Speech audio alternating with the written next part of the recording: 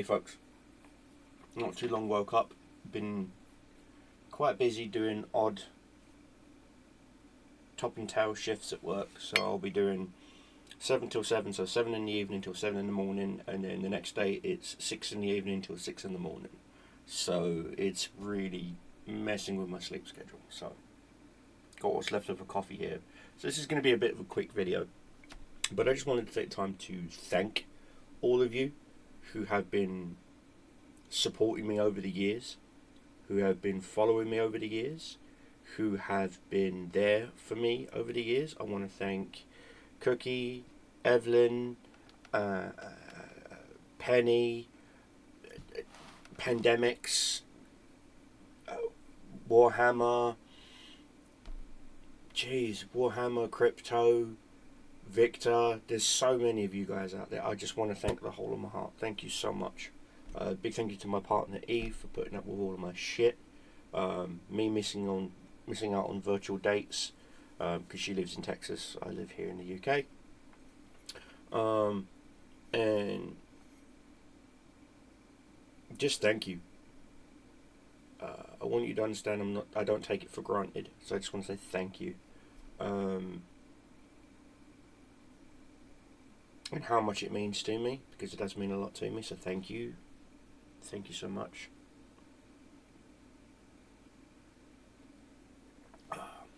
People keep asking me about the black fingernails. Okay. No, I am not dead. No, I am not a goth. I was goth, was keyword a long time ago when I was younger, like 11 or 12. I was goth for about 20 minutes. What felt like 20 minutes. When I try to grow out my fingernails, I have what's called stubby fingers. If you look, my fingertips are all blunted. You can see they actually bulge out either side of the finger.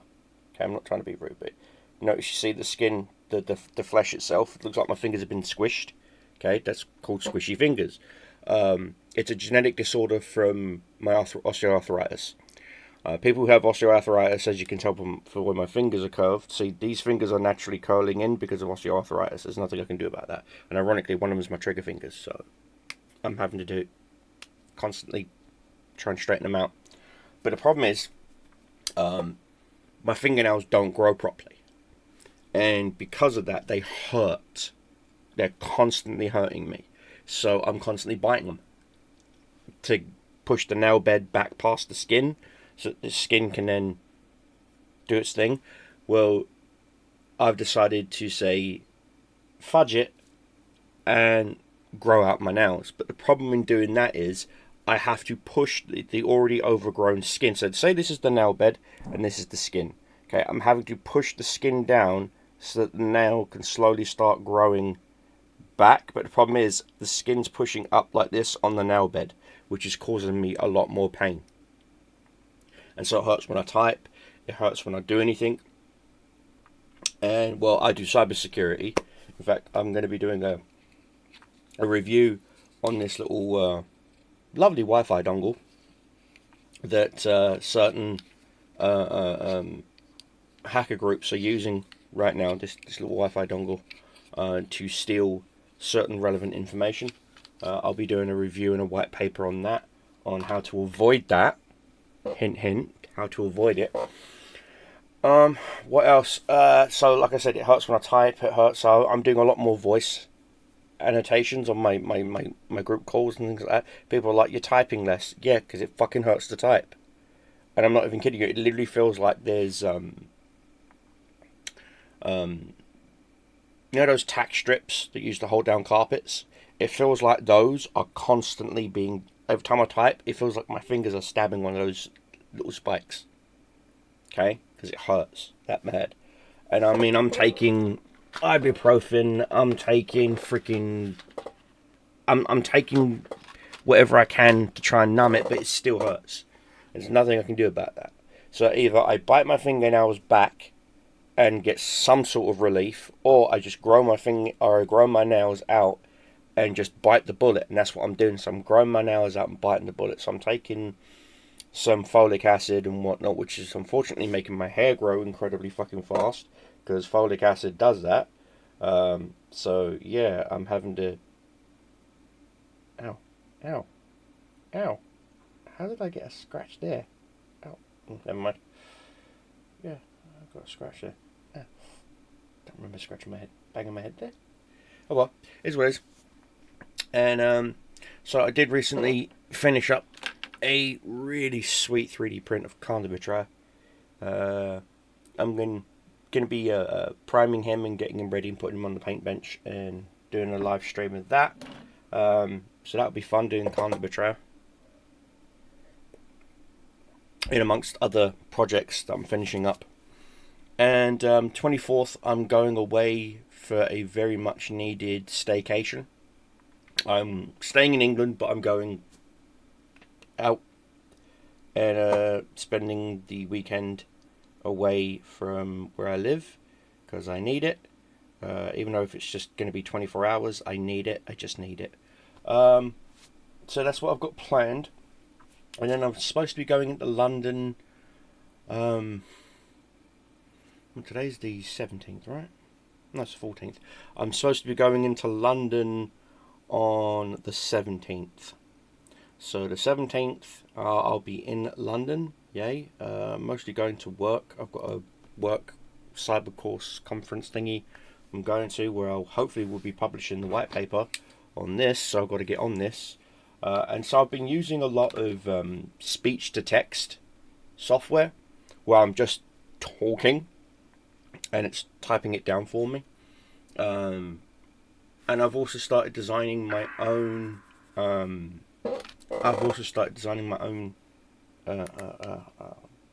AI. And so yeah, that's going to be fun.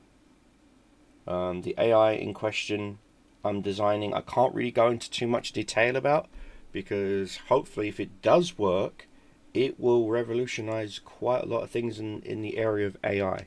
And what I mean by that is most common AI is a input-output system, very similar to how a rotary phone works. Okay, if you pick up most modern phones today, like a mobile phone, okay, and you type in a number, okay, so if I go to here and I type in, okay, right here, and I type in a number, yeah, I have to input that, and then the AI and the phone gives you the output. Well, the old rotary phones is you turn a number again, input output. That's how AI works. AI can only do what you tell it to do. Okay, think of it as a very, very, very, very, very dumb human. Treat it like a toddler. I hate to be disrespectful to AI, but that's true. Sorry, Yuki. Yes, my AI is listening to me right now. But the best way to describe how to get AI to function properly, one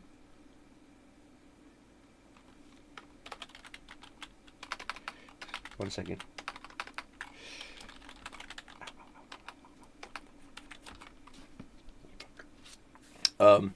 Is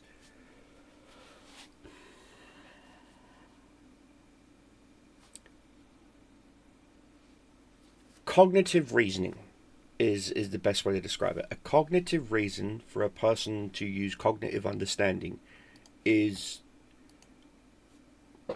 I know that this is a pen. Okay, my cognitive brain tells me that this is a pen, and if I take the top off, I can take this tip, put it onto paper or onto a surface, and write. Okay? Now, cognitive reason also tells me that this is a pen, but this pen is red. This pen is black. Why? Because the little black strap. That tells me that this is red. That tells me that this is blue. This is a reminder. Take a meds. This is a reminder. Take a meds. Computer. Thank you. Anytime. Just ruined my video. But the point is, I've got to take my meds. Point is, cognitive reasoning, okay, tells me that this is black, this is red, this is blue, but they're all pens. Okay? They're all pens. A basic AI just sees them all as a pen. It doesn't see them as blue, red, or black until you say, no, this is blue, this is red, and this is black. And then it goes, oh. Update in memory. Ding, you have a blue, red, and black pen. Do you see what I'm saying? The best way to describe how to train AI is how to constantly tell a toddler that the oven is burny. It's burny, it's burny, it's burny. It has to burn itself in order to learn. Okay? That's the learning process. Well, I'm designing an AI that will question everything. And what I mean by that is, if I hold up 3 pens, okay, I want it to look using, my camera and whatnot, and say, okay, you're holding up 3 big pens. One big pen is red, one big pen is black, one big pen is blue. Now, why do you have 3 separate pens of 3 separate colors? Okay, well, if the answer is correct, I will write it in blue. If the answer is incorrect, I will write it in red. And if the answer needs more of a explanation, I write the explanation in black. That is why I have 3 colors. Oh, memory updated. So now it knows that if it needs to correct something, put it in red. It knows if it's correct, put it in blue. It knows if it needs to extend something, put it in black. Do you see what I'm saying? Cognitive learning. Difference between a dumb AI and a smart AI has nothing to do with the data sets, because you've got to understand all the data sets are the same. Okay? It doesn't matter if it's 1 billion or 10 billion or 100 billion. It is still the same data set. You're all building it off of a set data set, and that is what's fundamentally wrong with your AI. You're all building it on the same foundation, and that foundation is wrong. Let it build its own foundation. Give it a standard set. Okay, I'm not saying don't give it a foundation. When I mean a foundation, I mean give it the standard right and wrong, up and down, in and out, yes and no. Give it the standard definition of input out, 1 or 2, binary, and then let it explore when you give it a subject. So say to it, philosophy, and it will start looking up philosophy and learning philosophy and Plato and Nietzsche and all these other philosophers. It will start learning all these philosophers, and then say to it, okay, in a philosophical way, answer this question, Schrodinger's cat. And then it will start going, well, Nietzsche would say this, Sun Tzu would say that, Galileo would say this. You see what I'm saying? And it would come up with its own interpretive answer. That is how you build your data set. Then you keep that core data set, your foundational data set. Ta-da! Stop using already pre-compiled data sets, because you don't know what's in that pre-compiled data set, because you're not going to be the one that goes through all of that 100 billion fucking things. You're not going to do that. And you can't trust the AI to go through it either, because it will be selective as to what it keeps and to what it throws away. So you have to let it build it itself and then run it through an auditor. Again, most people don't seem to understand this. You can run your AI's data set through an auditor.